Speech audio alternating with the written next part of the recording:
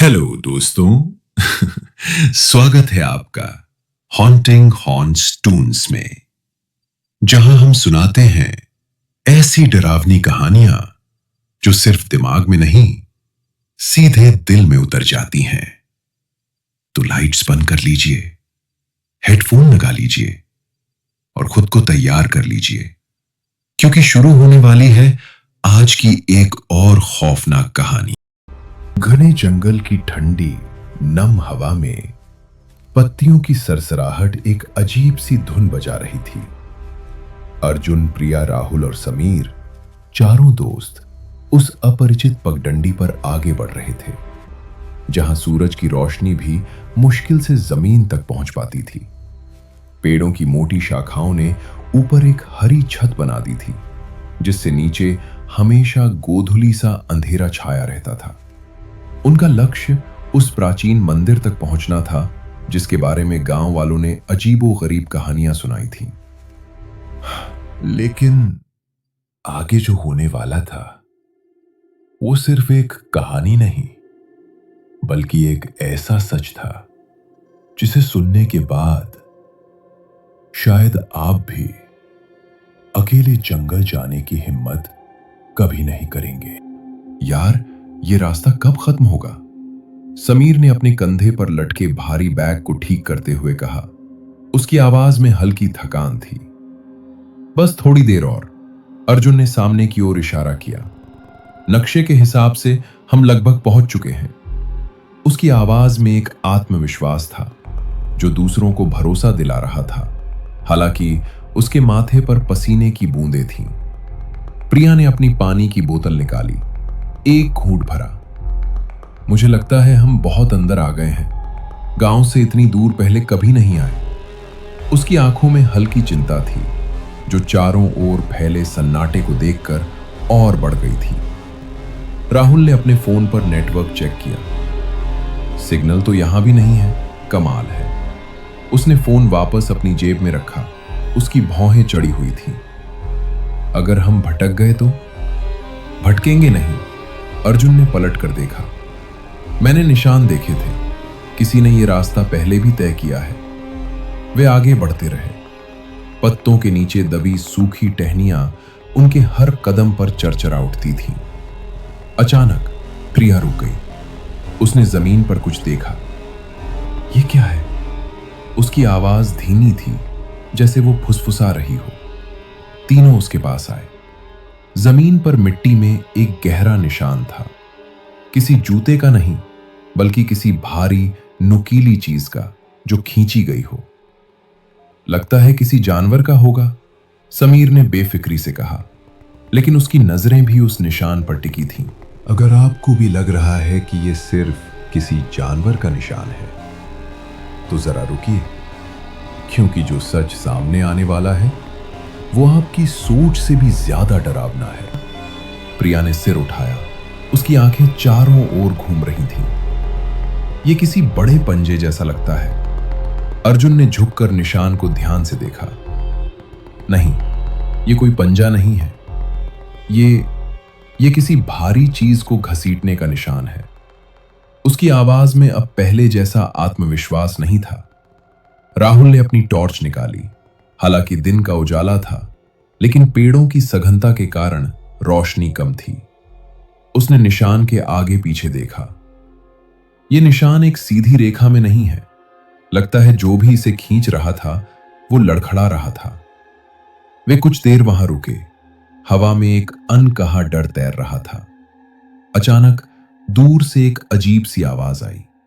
ऐसी आवाज जैसे कोई धातु को पत्थर पर घिस रहा हो। क्या था वो? प्रिया ने सहम कर अर्जुन का हाथ पकड़ लिया। मुझे नहीं पता, अर्जुन ने जवाब दिया। उसकी आंखें जंगल में कुछ ढूंढ रही थीं। वे फिर से चलने लगे, लेकिन इस बार उनके कदम पहले से कहीं ज्यादा धीमे और सतर्क थे। एक सेकंड के लिए वीडियो पॉज कीजिए और कमेंट में बताइए, अगर आप इन चारों की जगह होते तो क्या करते? आगे बढ़ते या वापस लौट जाते? हर आवाज, हर सरसराहट उन्हें चौंका रही थी। सूरज ढलने लगा था और जंगल का अंधेरा और गहरा होता जा रहा था। हमें रुकना चाहिए, राहुल ने कहा। रात में यहां रहना ठीक नहीं। पर हम कहां रुकेंगे? समीर ने पूछा। उसकी आवाज में अब घबराहट साफ झलक रही थी। तभी अर्जुन को पेड़ों के बीच से कुछ दिखा। एक पुरानी टूटी फूटी झोपड़ी। उसकी लकड़ी सड़ चुकी थी और छत का एक बड़ा हिस्सा गिर गया था। वहां उसने इशारा किया। हम रात वहीं बिता सकते हैं। वे झोपड़ी की ओर बढ़े। जैसे जैसे वे पास आ रहे थे, एक अजीब सी दुर्गंध उनके नथनों में भर गई, जैसे कोई सड़ी हुई चीज हो या पुराना खून। उफ, ये कैसी बदबू है, प्रिया ने अपनी नाक सिकोड़ी। झोपड़ी के अंदर कदम रखते ही उन्हें लगा जैसे वे किसी पुरानी कब्र में आ गए हों। अंदर घना अंधेरा था और हवा में नमी और दुर्गंध का मिश्रण था। राहुल ने अपनी टॉर्च जलाई। उसकी रोशनी में अंदर का नजारा उनके रोंगटे खड़े कर गया। जमीन पर सूखी पत्तियां और मिट्टी बिखरी थी। एक कोने में एक पुराना जंग लगा कुल्हाड़ा पड़ा था और उसके पास ही कुछ गहरे सूखे धब्बे थे। ये खून है, समीर ने फुसफुसाया। उसकी आंखें फैली हुई थीं। प्रिया ने अपना मुंह हाथों से ढक लिया। हमें यहां से जाना चाहिए। कहां? अर्जुन ने कहा। उसकी आवाज में भी अब डर था। रात हो चुकी है, जंगल में और भटकना खतरनाक होगा। वे झोपड़ी के एक कोने में सिमट कर बैठ गए। राहुल ने अपनी टॉर्च की बैटरी बचाने के लिए उसे बंद कर दिया। बाहर जंगल में सियारों की आवाजें गूंजने लगीं। हवा और ठंडी हो गई थी और उन्हें अपनी सांसें भी सुनाई दे रही थीं। क्या तुम लोगों को लगता कोई यहां रहता है? प्रिया ने पूछा। उसकी आवाज कांप रही थी। या रहता था, अर्जुन ने धीमे से कहा। तभी बाहर से एक धीमी सरसराहट की आवाज आई, जैसे कोई झोपड़ी के चारों ओर घूम रहा हो। कौन है? समीर ने लगभग चिल्ला दिया। सब चुप हो गए। सांसें रोककर वे बाहर की आवाज सुनने लगे। सरसराहट की आवाज बंद हो गई। फिर एक खुरचने की आवाज आई, जैसे कोई अपनी उंगलियों से झोपड़ी की लकड़ी की दीवार को खुरच रहा हो।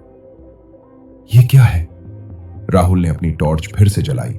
उसकी रोशनी झोपड़ी की पुरानी दीवारों पर नाच रही थी। खुरचने की आवाज झोपड़ी के चारों ओर घूम रही थी, कभी एक तरफ से, कभी दूसरी तरफ से। कोई हमें देख रहा है, प्रिया ने कहा। उसकी आंखों में आंसू थे। अर्जुन उठा। उसने अपनी मुट्ठी भींच ली। जो भी है उसे डराना होगा। क्या कर रहे हो? समीर ने पूछा। अर्जुन ने झोपड़ी के दरवाजे की ओर कदम बढ़ाए। एक तेज हवा का झोंका आया और दरवाजा चरमरा कर खुल गया। बाहर घना अंधेरा था। कौन है वहां? अर्जुन ने अपनी आवाज में जितनी हो सके उतनी ताकत भरी। कोई जवाब नहीं आया, बस जंगल का सन्नाटा। अचानक राहुल ने अपनी टॉर्च की रोशनी जमीन पर डाली। झोपड़ी के बाहर दरवाजे के ठीक सामने मिट्टी में वही निशान थे, वही गहरे नुकीले निशान जो उन्होंने पहले देखे थे। इस बार वे निशान झोपड़ी के दरवाजे की ओर आ रहे थे और फिर दरवाजे से दूर जा रहे थे। वे हमें घेरे हुए हैं, राहुल की आवाज में दहशत थी। वे हमें देख रहे हैं। रात लंबी होती जा रही थी। वे चारों झोपड़ी के अंदर एक दूसरे से सटे हुए बैठे थे, हर पल को गिन रहे थे। बाहर की आवाजें कभी धीमी पड़ जाती, कभी तेज हो जाती, कभी पत्तों की सरसराहट, कभी टहनी के टूटने की आवाज, कभी दूर से सियार की चीख। सुबह होने से ठीक पहले आवाजें पूरी तरह बंद हो गईं। सूरज की पहली किरणें पेड़ों की पत्तियों से छनकर झोपड़ी के अंदर आईं, एक धुंधली रोशनी फैलाती हुई। वे चारों धीरे धीरे उठे। उनकी आंखें लाल थीं, नींद और डर से सूजी हुई। चलो, जितनी जल्दी हो सके यहां से निकलें, अर्जुन ने कहा। उन्होंने झोपड़ी से बाहर कदम रखा। बाहर की हवा ठंडी और ताजी थी, लेकिन जंगल का माहौल अभी भी भयावह लग रहा था। उन्होंने वापस जाने का रास्ता ढूंढना शुरू किया। देखो, प्रिया ने अचानक कहा। जमीन पर जहां उन्होंने पहले वो निशान देखा था, वहां अब और भी निशान थे। कई सारे निशान जो एक दूसरे को काट रहे थे, जैसे कोई बहुत देर तक वहां खड़ा रहा हो या घूमता रहा हो। और उन निशानों के बीच एक छोटी सी लकड़ी की गुड़िया पड़ी थी। उसकी आंखें नहीं थी और उसका मुंह एक भयानक मुस्कान में खुला था। समीर ने उसे उठाने की कोशिश की, लेकिन अर्जुन ने उसका हाथ पकड़ लिया। मत छूना। वे तेजी से आगे बढ़ने लगे, इस बार बिना रुके। उनके मन में बस एक ही बात थी, इस जंगल से बाहर निकलना। वे पत्तों की सरसराहट, पेड़ों की चुप्पी और अपने कदमों की आवाज से डर रहे थे। कुछ देर बाद राहुल को एक पुरानी धुंधली पगडंडी दिखी। मुझे लगता है ये वही रास्ता है जिससे हम आए थे। उनके चेहरों पर उम्मीद की एक हल्की सी किरण जगी। वे उस पगडंडी पर तेजी से चलने लगे। मुझे नहीं पता वो क्या था, प्रिया ने कहा। उसकी आवाज अभी भी कांप रही थी। और मैं जानना भी नहीं चाहता, समीर ने कहा। जैसे ही वे जंगल के किनारे पहुंचे, जहां पेड़ों की सघनता कम हो गई थी और सूरज की रोशनी सीधे जमीन पर पड़ रही थी, उन्हें राहत की सांस आई। दूर से उन्हें गांव के घरों की छतें दिखने लगी। हम बच गए, अर्जुन ने कहा। उसकी आवाज में एक अजीब सी खालीपन थी। वे जंगल से बाहर निकले और गांव की ओर बढ़े। उनकी चाल में तेजी थी, जैसे कोई उनका पीछा कर रहा हो। गांव पहुंचकर उन्होंने एक दुकान पर पानी पिया। उनके शरीर थक चुके थे, लेकिन उनके दिमाग में अभी भी रात का डर घूम रहा था।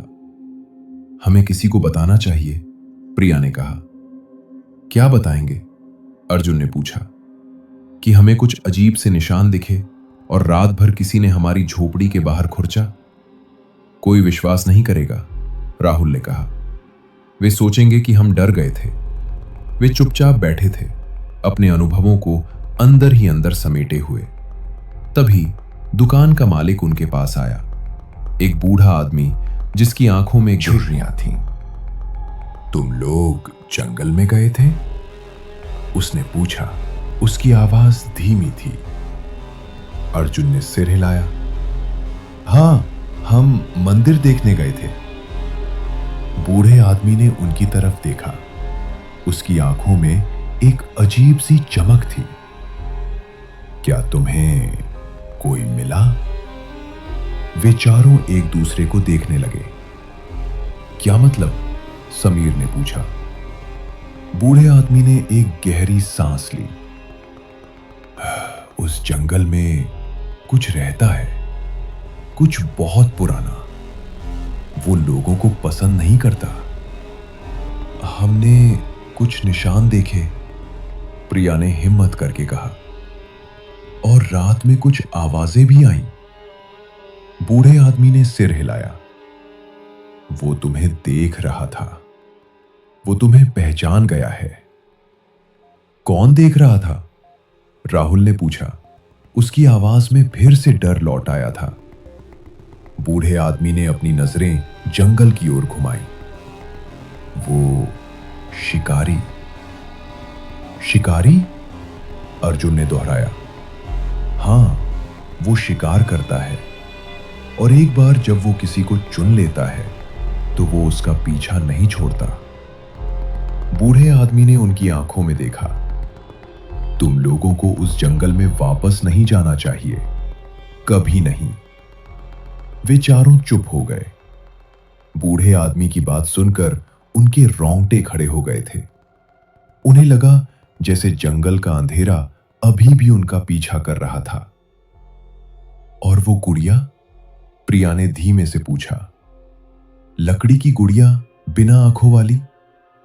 बूढ़े आदमी का चेहरा सफेद पड़ गया। उसने अपनी आंखें बड़ी कर ली। तुमने वो देखी? प्रिया ने सिर हिलाया। वो उसका निशान है, बूढ़े आदमी ने फुसफुसाया। वो तुम्हें याद दिलाता है कि वो तुम्हें जानता है। उनके अंदर एक गहरी ठंडी दहशत फैल गई। वे जंगल से बाहर आ गए थे, लेकिन जंगल उनके अंदर समा चुका था। वे जानते थे कि वो रात, वो डर और वो शिकारी हमेशा उनके साथ रहेगा। वे कभी भी उस जंगल की ओर मुड़कर नहीं देखेंगे, क्योंकि उन्हें पता था कि भले ही वे जंगल से बाहर आ गए हों, लेकिन जंगल का शिकारी उन्हें कभी भूला नहीं होगा। वे अब सिर्फ भाग सकते थे, हमेशा के लिए, उस अदृश्य शिकारी से। अगर आपको लगता है कि वो चारों दोस्त बच गए, तो आप गलत हैं, क्योंकि असली शिकार अभी शुरू हुआ है। अगर आप चाहते हैं कि मैं इस कहानी का अगला पार्ट लाऊं, तो अभी कमेंट में लिखिए, शिकारी वापस आएगा। जो तुमने सुना वो बस शुरुआत थी। कुछ कहानियां तुम्हारा पीछा करती हैं। तो दोस्तों, अगली कहानी जरूर देखना और चैनल को सब्सक्राइब करो, वीडियो को लाइक करो अगर सच जानना चाहते हो। फिर मिलते हैं एक और डरावनी कहानी के साथ। तब तक के लिए शुभ रात्रि।